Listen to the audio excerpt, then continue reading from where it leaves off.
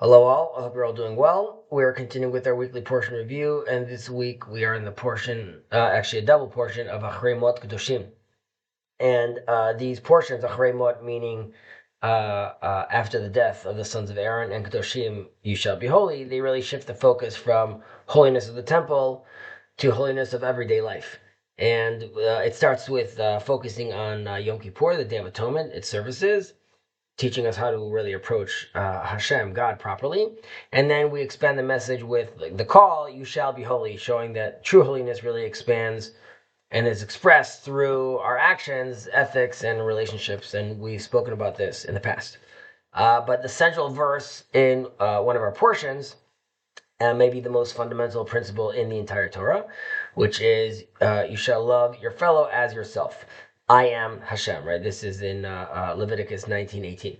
Now, Rabbi Akiva, our famous sage, famously taught that this verse is the greatest principle of the Torah.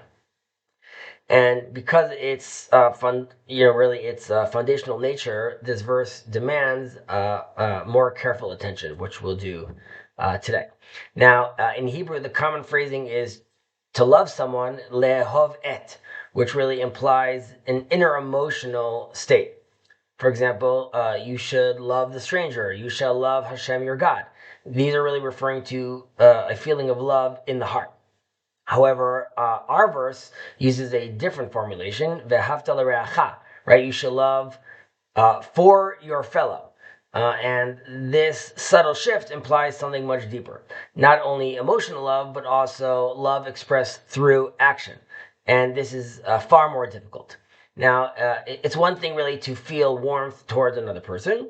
It's something else entirely to act on this, right? On this feeling. In their interest, to give, to sacrifice, to really show that you care in concrete ways, not just emotions. Now, why is this command, though, focused on Israel? Halachically speaking, from a Jewish law perspective, the obligation of love your fellow as yourself is directed specifically towards a fellow Jew. And this obviously raises an important question: do we not value the love of all humanity? And is there no really place for building bonds of love with other nations of the world, which we talk about often on this channel? And the answer is surely there is. And the verse states also in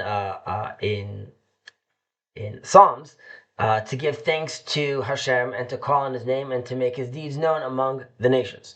And so, if we are meant to share God's presence with the world, clearly we also must care about the world as well. And indeed, famous Rabbi Chaim Vital, said that and he was also a famous student of the Arizal, very famous in the Kabbalistic circles. He writes in his book that one of the conditions for attaining Ruach HaKodesh, or divine premonition, is to love all the creations, even the non-Jews, of course. And this makes it clear. The Torah ultimate vision includes love for all humanity. And if that's the case, so why did we say earlier that there's halachic obligation, this Jewish law obligation focuses specifically on Israel with this verse? And the reason is because Jewish law is not merely an ideal. It's an actual practical system meant to be lived in all circumstances. At the end of the day, it's called halacha, which means the path, the walk, the way. Now, throughout history, the Jewish people have often been in conflict or in danger among the nations. And it would not be really realistic or feasible or safe to demand unconditional, actionable love towards every individual in every situation, right? Giving the context and our history. Therefore, the Torah establishes really a binding obligation towards fellow Jews and leaves the broader implication of love towards humanity as more of a moral aspiration guided by wisdom and in the relevant context. And again, this is not a limitation of love, but it's a serious commitment to making love real and actionable. Now, there's a famous midrash that presents this debate among different sages. Rabbi Akiva says, love your fellow as yourself is the central principle. But Ben Azai, a different rabbi, says the verse he quotes is, this is the book of the generations of man, from Genesis, which is even greater, he's saying, because this emphasizes all humanity that shares a divine origin. Now the third opinion is that it's actually a quite strange verse from Deuteronomy, which talks about the first lamb you shall offer in the morning and the second in the afternoon. And here the emphasis is, why is this the greatest? Because it emphasizes daily and consistent service to God, right? It seems mundane, but this shows my commitment to every day repeating this pattern. So at first glance, really, they seem unrelated. But in truth, all these ideas converge, right? They really represent three different dimensions of relationship.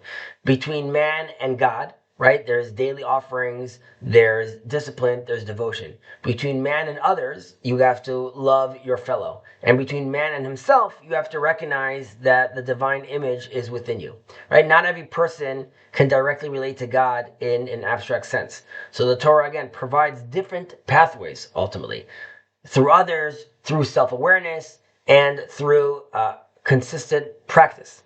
And these are different stages of human and spiritual development, really. And these three principles are also really, we could see them in human history. At the beginning of creation, Adam had no other humans, and his task was direct relationship with Hashem, with God. Throughout history, of course, humanity develops through different relationships, and love between people becomes central.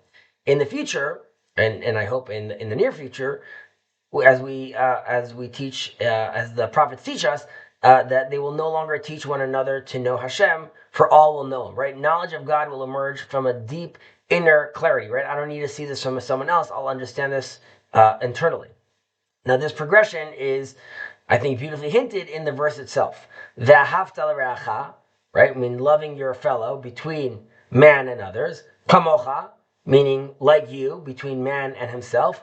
And it ends with Ani Hashem, I am God, which is between man and God, right? So I would just add over here that when we're living in a moment today where this teaching is not really theoretical anymore, right? Israel today stands, as we know, in a central of global tension, politically, morally, and spiritually. And the question is unavoidable. How do we live up to this idea of Ve'ahavta l'reacha kamocha, of loving your fellow as yourself in this world of conflict? And the answer is obviously not a simplistic answer. On the one hand, we have to have clarity, protect life, and defend truth. And love can't mean that we're going to be naive or have this self-derangement of who our friends and who our enemies are. On the other hand, the Torah's vision does not allow us to become hardened.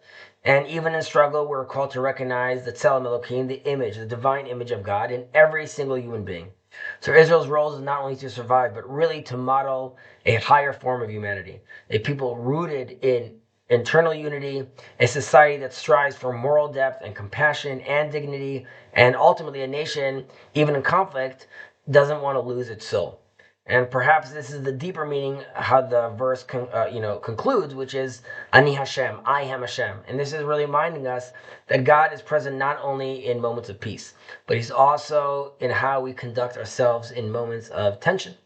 And when we build genuine love with our own people, and then we extend that love outwards with wisdom and proper responsibility, we could, please God, become a channel through which the whole world can one day reach a higher unity. I'm wishing us all a Shabbat Shalom.